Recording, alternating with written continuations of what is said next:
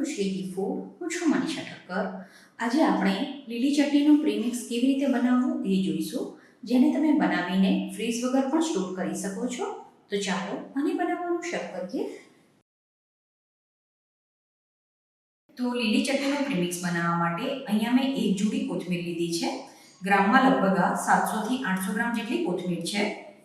હવે આમાં કોથમીરને સાફ કર્યા પછી પણ કોઈ કીડી કે ખરાબ કોથમીર હોય એ તમારે હટાવી દેવાની. અને પછી કોથમીરને ધોઈને આપણે કાણાવાળા વાસણમાં કે પછી કપડામાં કોરી થવા માટે મૂકવાની. આની સાથે આપણે 100 થી 150 ગ્રામ જેટલો ફુદીનો લેવાનો. ફુદીનાની ક્વોન્ટિટી તમારી પસંદ પ્રમાણે તમે ઓછી વધતી કરી શકો છો. હવે ફુદીનાના આપણે ફક્ત પાન જ લેવાના છે. તો આ રીતે એના પાન ચૂંટી લેવાના અને ફુદીનાને આપણે આ રીતે સાફ કરી લઈએ. પછી એને ધોઈને કાણાવાળા વાટકામાં લઈ લેવાનો અને આને પણ પછી આપણે કોરું થવા માટે રાખવાનો છે. કોથમીર સરસ રીતે કોરી થઈ જાય પછી એને રફલી ચોપ કરી લેવાની છે અને પછી આને ઘરમાં કે પછી બહાર છાંયડામાં સૂકવવાની. તો આ રીતે મેં કોથમીરને છાયામાં રાખીને ડ્રાય કરી લીધી છે. હવે જો આ ચટણીનું પ્રીમિક્સ તમારે લાંબો ટાઈમ સ્ટોર ના કરવાનું હોય, એટલે કે ફક્ત 15 દિવસ કે મહિના માટે સ્ટોર કરવાનું હોય, તો આ રીતની કોરી થયેલી કોથમીર પણ તમે યુઝ કરી શકો છો. કોથમીર જ્યારે તમે યુઝ કરો ત્યારે એમાં બિલકુલ પણ પાણીનો ભાગ ના હોવો જોઈએ. એ જ રીતે જે ફુદીનો આપણે સૂક્યો છે એ પણ આ રીતે કોરો થઈ જવો જોઈએ. હવે જો ચટણીના પ્રીમિક્સને બનાવીને તમારે વરસ સુધી સ્ટોર કરવું હોય તો આને પૂરેપૂરું સૂકવવું પડે. તો જણાવ્યું પ્રમાણે તમે આને ઘરમાં પણ સૂકવી શકો છો. ઘરમાં આને સુકાતા 2 દિવસ જેવો ટાઈમ લાગશે. અને હવે આને માઇક્રોવેવમાં કેવી રીતે સૂકવવું એ પણ હું તમને બતાવી દઉં. અને જો તમારે આને માઇક્રોવેવમાં સૂકવવું હોય તો માઇક્રોવેવ સેફ પ્લેટ લેવાની અને એમાં થોડી કોથમીર એડ કરીને એને લગભગ 40 સેકન્ડ કે પછી 1 મિનિટ માટે એ પૂરેપૂરી ડ્રાય થાય ત્યાં સુધી એને તમારે રાખવાની છે. તો અત્યારે હું આને માઇક્રોવેવમાં ડ્રાય કરી લઉં છું. અને ચટણીમાં નાખવા માટે મેં 10 થી 15 જેટલા તીખા લીલા મરચાં લીધા છે, જેને ધોઈને મેં 1 કલાક માટે આ કાણાવાળા વાટકામાં રાખ્યા હતા.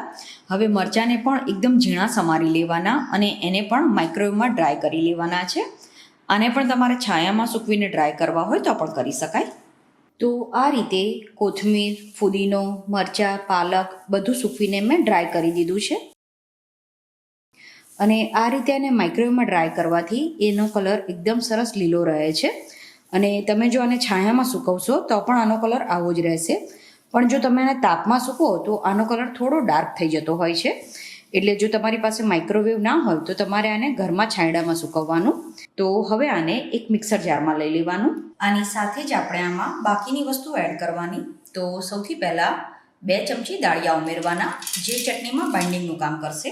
સાથે 1 ચમચી સાદું મીઠું ઉમેરવાનું, અડધી ચમચી કાચું જીરું, 2 નાની ચમચી આમચૂર પાવડર ઉમેરવાનો. આમચૂર પાવડરના બદલે તમારે લીંબુના ફૂલ ઉમેરવા હોય તો 1/4 ટીસ્પૂન જેટલા લીંબુના ફૂલ પણ ઉમેરી શકો છો. સાથે જ આમાં અડધી ચમચી ખાંડ ઉમેરવાની. ખાંડ ઉમેરવાથી જે આમચૂર પાવડર ઉમેર્યો છે એનો ટેસ્ટ પણ બેલેન્સ થશે. સાથે જ ખાંડ પ્રિઝર્વેટિવનું પણ કામ કરે. હવે આને પાણી વગર જ આપણે ગ્રાઇન્ડ કરી લેવાનું છે. હવે આ ચટણીના પ્રીમિક્સને તમારે ચાળ્યા વગર યુઝ કરવું હોય તો પણ કરી શકાય. પણ જો ચટણીનું એકદમ સરસ સ્મૂથ ટેક્સચર જોઈતું હોય તો તમે એને ચાળીને રાખજો. તો આને ચાળી લેવાથી કોઈ મોટા પત્તા કે ડાળખા રહી ગયા હોય એ નીકળી જશે. હવે આ પ્રીમિક્સને એકવાર સરસ રીતે મિક્સ કરી દેવાનું. આ મેઝરમેન્ટ સાથે અને આ રીતે જ્યારે તમે આ પ્રીમિક્સ બનાવીને તૈયાર કરશો ત્યારે પ્રીમિક્સમાંથી જ ખૂબ જ સરસ સુગંધ આવતી હોય છે. તો આની ચટણી પણ ખૂબ જ ટેસ્ટી બને છે. તો તમે એકવાર જરૂરથી ટ્રાય કરજો. હવે આ પ્રીમિક્સને તમે પ્લાસ્ટિકની કે કાચની બોટલમાં ભરીને સ્ટોર કરી શકો છો. જે પણ બોટલ તમે ઉપયોગમાં લો એને ધોઈને તાપમાં સરસ રીતે તપવી દેવાની, જેથી બોટલમાં સહેજ પણ મોઇશ્ચર ના રહે. અને પછી તમારે આ પ્રીમિક્સ એમાં ભરીને સ્ટોર કરવાનું. હવે આમાંથી ચટણી કેવી રીતે બનાવવી એ પણ હું તમને બતાવી દઉં. તો આ પ્રીમિક્સમાંથી તમે 2 જાતની ચટણી બનાવી શકો છો. તો હવે ચટણી બનાવવા માટે તમારે જેટલી પણ ચટણી બનાવવી હોય એ પ્રમાણે થોડું પ્રીમિક્સ લેવાનું. તો અત્યારે હું 2 ચમચી પ્રીમિક્સ લઉં છું. પછી આમાં પાણી ઉમેરવાનું. તો ચટણી તમારે જેવી જાડી કે પાતળી જોઈતી હોય એ પ્રમાણે પાણી ઉમેરવાનું. તો પહેલાં મેં લગભગ 2 થી 3 ચમચી જેટલું પાણી ઉમેર્યું છે. આને મિક્સ કરી લેવાનું. પછી ચટણીની કન્સિસ્ટન્સી ચેક કરીને એ પ્રમાણે પાણી ઉમેરવાનું. તો અત્યારે આ ચટણી ખૂબ જ થીક છે, તમારે જો આને સેન્ડવિચ માટે કે કોઈ પરોઠામાં લગાવવા માટે યુઝ કરવી હોય તો આ રીતની તમે થિકનેસ રાખી શકો છો. અત્યારે આપણે એને થોડી પાતળી કરી દઈશું. તો આ રીતે મીડિયમ થિકનેસવાળી ચટણી બનાવીને મેં તૈયાર કરી છે. તો તમે આને દહીંવાળી પણ બનાવી શકો છો. તો ચટણીના પ્રીમિક્સમાં થોડું પાણી અને થોડું દહીં ઉમેરી દેવાનું. તો આ રીતે તમે એક જ પ્રીમિક્સમાંથી બંને ટાઈપની ચટણી બનાવીને તૈયાર કરી શકો છો. તો તમે આ રીતે આ પ્રીમિક્સ બનાવીને જરૂર ટ્રાય કરજો. તમને આ ચોક્કસ પસંદ આવશે.